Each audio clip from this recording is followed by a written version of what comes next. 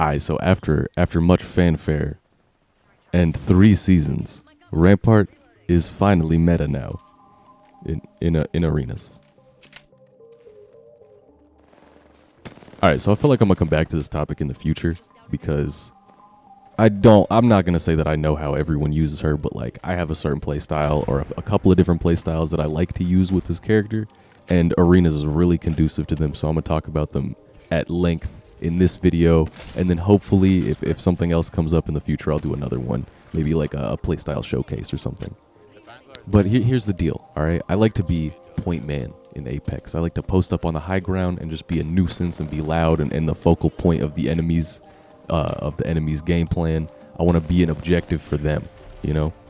And I do this because it's like it gives my teammates a little more freedom to run around and be like aggressive if they want to, and it gives me like a position to cover them without taking too much risk, and then I can fill in if I'm needed. And I'm not saying that I like want to let my teammates die or something. I just think like Octane has a button he can press if he's risking too much and he needs to escape, but Rampart has to press that button like 20 seconds before the fight. So disclaimer, don't let your teammates die. I'm just saying, take the risks you can, and don't take the risks you can't, you know? So the real goals of the strat is just to limit enemy movement so they can't get supplies as easily, and do big damage to help teammates who are being aggressive. And then you can also get a little bit of recon and a little bit of pressure when the ring moves. So in the short term, you're trying to make enemies spend more money on the next round or on heals, or to take risks to get more supplies or take risks to get more heals in the fight.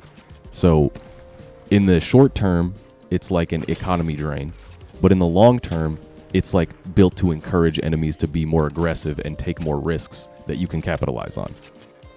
So to do this, we want to look for like big open areas, obviously, like we always do, you know, and we want to be able to see like the supplies on the map, like the little blue crate things, and then also the loot boxes too. And that kind of like, at least, even if you're not doing too much, you're at least limiting their economy. And in these big areas, you got to make sure that your teammates are nearby and visible, because if they're not in your viewpoint and you're not actually shooting at their targets, then they're basically in a 2v3. So if you're doing your job really well, hitting a ton of shots, making people scared of you, then enemies are going to stay in cover more and they won't take resources as much. And like I said earlier, like if people keep losing to this strat, they will feel like they have to ape you, because if they can't take the fight from a distance, they're going to feel like they can only take it if they can get around the walls, which means they have to get close. So if you keep changing positions, it makes it difficult for the enemies to find like a safe early path to get around you or to get close to you. All right, so on the other hand, there are some cons to filling this job, to filling this role in the arenas. And that's like, if for one, you're going to get focused a ton. Like the purpose of this strat is to get focused by the enemies so that they're not looking at your teammates when they flank. And if you're doing this a lot, then they're going to be focusing your walls and 2v3ing, 2v1ing your walls and breaking them before you can actually shoot back. So after a minute, it will be a thing of like just laying walls behind each other or just like putting up the pressure, just trying to be a big nuisance and a big distraction. And then when the fight starts, you can put your damage in for your teammates to fill in on. But like we said a second ago,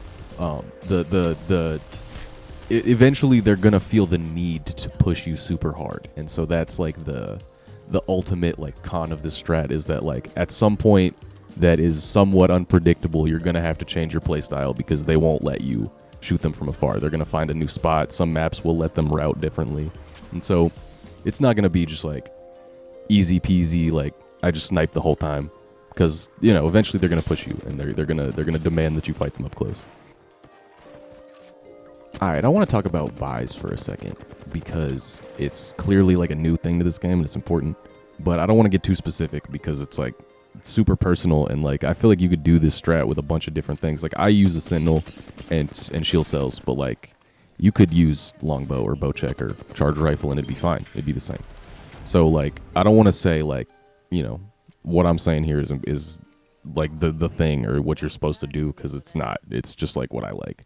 But I do think it's obvious Rampart has this thick synergy with the sentinel, where like the amp and the shield cells will do like a whole person's of health if you actually land the headshot. So it's like if you hit any damage with the sentinel through the amp shield, it's like you could probably kill this guy, bro. He's pretty much dead.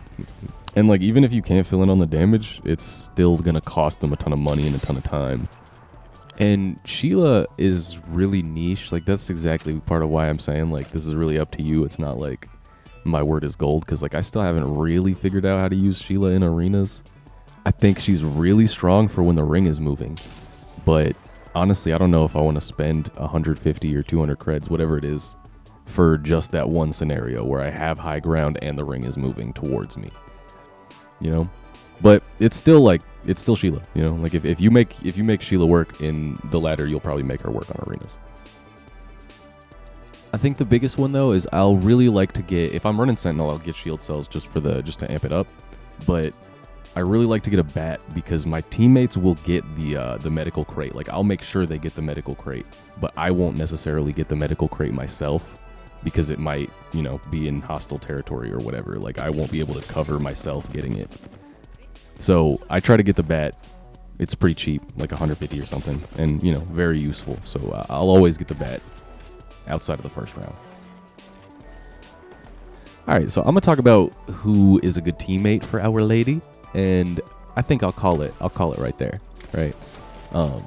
So I don't know enough about Arena. Like it just came out, you know what I mean? I don't know enough to say like this is a good team comp and this is a bad team comp, but I have noticed at least a few things. So the first one is that you actually need someone who's fast to get the resources, and not just to get the resources. It's nice to have someone fast to get the resources, but also to fill in on your damage or to be able to escape to a place where you can see the people chasing them.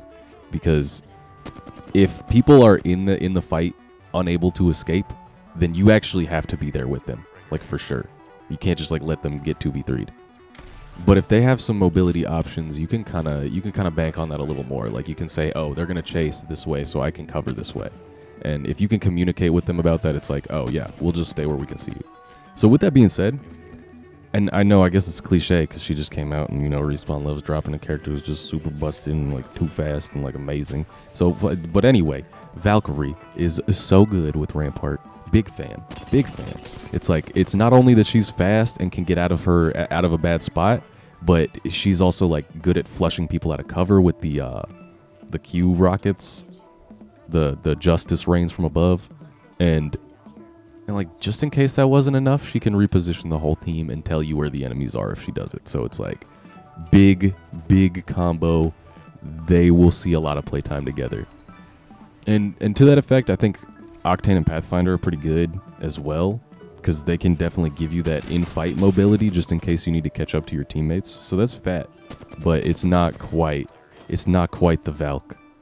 And I think some other kind of utility is cool or useful, but like I don't know what to say is like the best. Like Bloodhound feels really good to have on your team. Lifeline feels really good to have on your team. Crypto feels kind of good to have on your team even. So it's like, I feel like that last slot is like, you know, really up for grabs. I'm not sure where that's at yet.